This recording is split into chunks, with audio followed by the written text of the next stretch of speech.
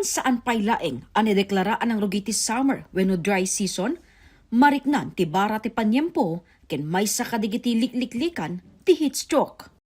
Manipod alas 7 ti bigat, daytoy na kalsada apaset ti Zone 5 Bangged, ti inaldaw a lokasyon, ti 42 ti tawen na at traffic enforcer, ani Rani, na init man wenno agtudtudo.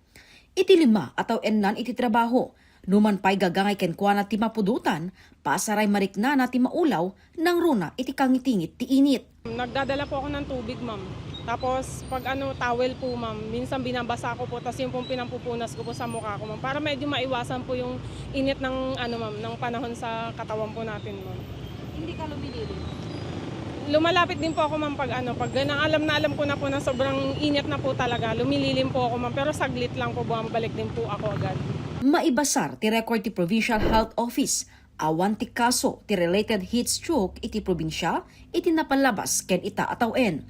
Pakabuklan, 77 a kaso ta adaan pa kay naigan ti heat stroke ti Pagilian, iti napalabas atawen, ken 0 case iti Rehiyon Cordillera. Maysa a makikita ti PHO, arason iti daytoy, ti intense province-wide heat stroke awareness, manipod bulan ti Marso, agingga Mayo. 0 case tayo di last year for the heat stroke kasi we have observed the province-wide heat stroke awareness. May iso tinaibagbagami kada gito'y rural health unit tayo nga waragawag da may panggap to heat stroke.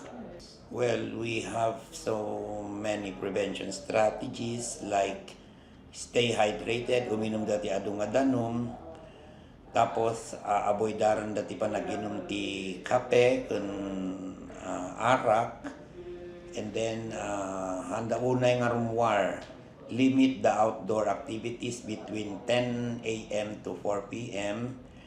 and then they should wear proper clothing like light colored loose and breathable clothes, and then use sunscreen, and then stay in a cool area.